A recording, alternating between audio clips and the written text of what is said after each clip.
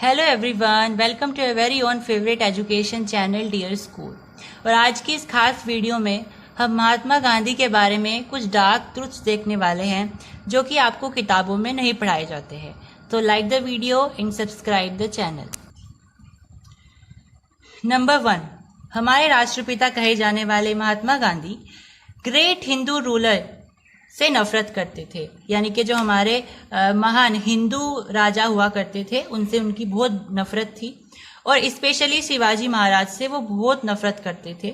और मुसलमानों को खुश करने के लिए उन्होंने एक किताब जिसका नाम था शिव भवानी, उसको बैन कर दिया था, क्योंकि इस किताब के अंदर में इस्लाम से जुड़े हुए अत्याचार और उनके कारनामों के बारे में बताया गया था। तो मुसलमानों का उनका जो प्यार था वो यहीं नहीं रुका, आगे भी उन्होंने बहुत कुछ किया। आपको जानकर हैरानी होगी कि महात्मा गांधी का मानना था कि अगर कोई इंसान आपकी सिस्टर के साथ रेप करता है तो आपको उसके पैरों में पड़ जाना चाहिए, और अगर वो आपको मारने की कोशिश करे तो आपको अपनी जो डेथ है उसको एक्सेप्ट कर लेना चाहिए। तो ये जो विचार थे वो महात्मा गांधी जी के थे।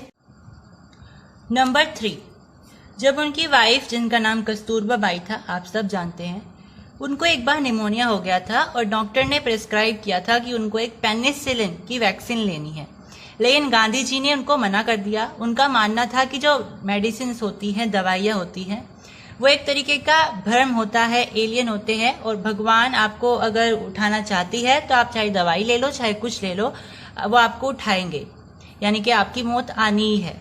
तो उन्होंने अपनी पत्नी को दवाई लेने नहीं दिया और अनफॉर्चुनेटली उनकी मृत्यु हो गई। अब इसी से हमारा निकलता है पॉइंट नंबर 4। या कुछ हफ्ते बाद गांधी जी को मलेरिया हो जाता है और डॉक्टर उनको कहते हैं कि तुम्हें भाई क्विनाइन की जो वैक्सीन है वो लेनी पड़ेगी। अब गांधी जी का जो भगवान पर विश्वास था वो टूट जाता है और वो कहते हैं कि ठीक है डॉक्टर, आप मुझे वैक्सीन लगा सकते हो।